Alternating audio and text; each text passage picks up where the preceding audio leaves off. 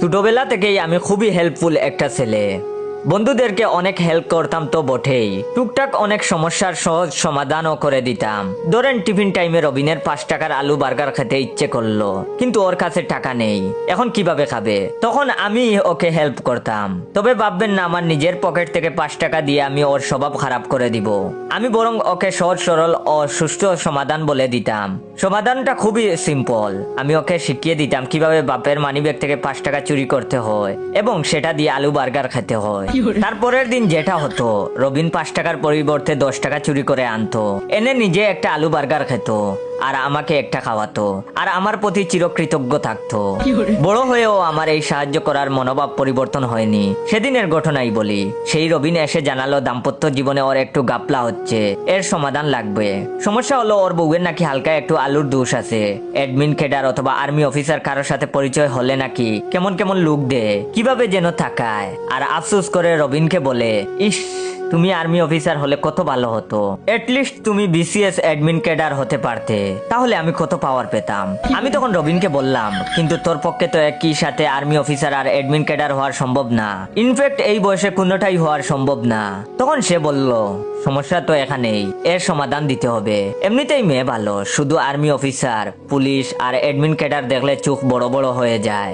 যদিও এর একটা সমাধান ডিভোর্স হতে পারে, কিন্তু মেয়ে যেহেতু ভালো, আমি অন্য সমাধান খোঁজার চেষ্টা করলাম। আমাকেও বেশি চিন্তা করতে হলো না।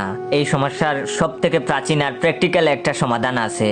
আমি রবিনকে বললাম, তুইও অন্য বাবিদের প্রশংসা করবি। তুই বলবি, দেখো ওই বাবিটা কত সুন্দর, গাল দুইটা কি সুন্দর সুন্দর গুল গুল, তোমার তো চাপা ভাঙ্গা, টিট ফর টেট, এতে কাজ হওয়ার কথা। কিন্তু কয়েকদিন পর রবিন জানালো কাজ হয়নি, বরং গুল গুল গাল বানানোর জন্য নাকি ওর বউ 5 বেলা হরলিক্স খাওয়া শুরু করেছে আর ফুলে পেঁপে হাঁটি হয়ে উঠেছে, এবং রবিনকে দেখি দিন দিন শুকিয়ে যাচ্ছে।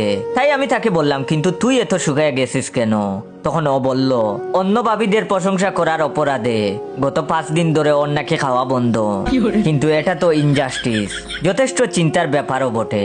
না, এর একটা দ্রুত সমাধান খুঁজ বের করতেই হবে। আমার কারণে বন্ধুর খাওয়া বন্ধ, এটা আমি কিছুতেই মেনে নিতে পারবো না। ব্যাপারটা এখন আমার লায়াবিলিটি। আমি তখন রবিনকে জিজ্ঞেস করলাম, তুই কোন বাবির প্রশংসা করছিলি? তখন সে বলল, প্রভা বাবির। আমি তখন বললাম, ওহ তাহলে ঠিকই তো আছে। প্রভা বাবির প্রশংসা করলে তোর বউ কেন? যে কারোর বউই তো রেগে যাবে। তোর উচিত ছিল বিপাশা বাবির প্রশংসা করা অথবা ঈশিতা বাবির। বন্ধু তখন আফসোস করে বলল, যা হওয়ার তা তো হয়েই গেছে, এখন কি করব? এখন কি বউয়ের সামনে প্রভা বাবির বদনাম করব? আমি তখন বাবার জন্য 5 মিনিট সময় নিলাম। মাথা মুটা রবিনকে বলতে ইচ্ছে করছিল, ওরে গাদা, মেয়েরা আরেক মেয়ের প্রশংসা তো সহ্য করতে পারেই না, বদনামও সহ্য করতে পারে না, সুতরাং বদনাম করে লাভ নেই। কিন্তু ওর মাথায় এসব ধরবে না, তাই আর বললাম না। আমি তখন 5 মিনিট ভেবে বন্ধুকে বেস্ট একটা সমাধান করে দিলাম। এমন সমাধান দিলাম, বন্ধু হাসি মুখে আমার কাছ থেকে বিদায় নিল।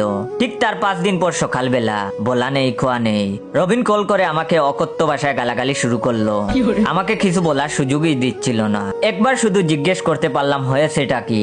10টা গালি আর একটা কথার মধ্যে ইম্পর্টেন্ট যেটা শুনলাম সেটা হলো, বউ ডিভোর্সের হুমকি দিয়ে বাপের বাড়ি চলে গেছে।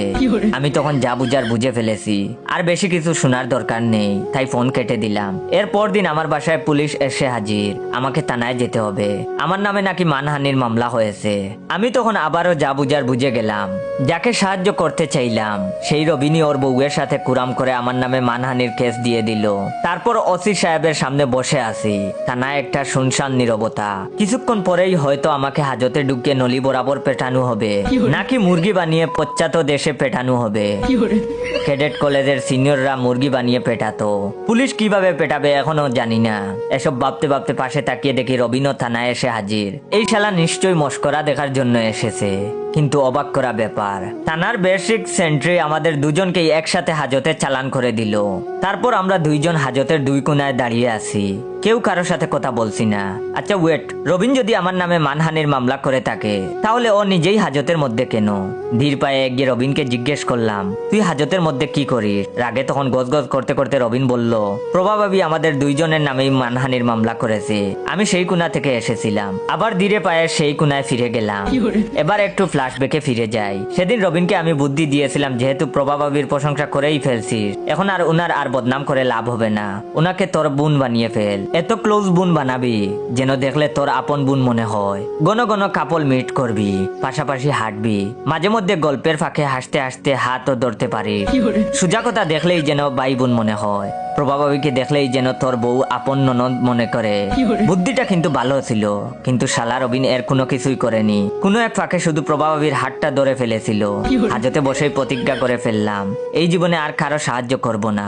আমার মতো সাহায্যকারী মানুষ দুনিয়া থেকে কেন কমে যাচ্ছে, এখন বুঝতে পারছেন তো? No, no, no.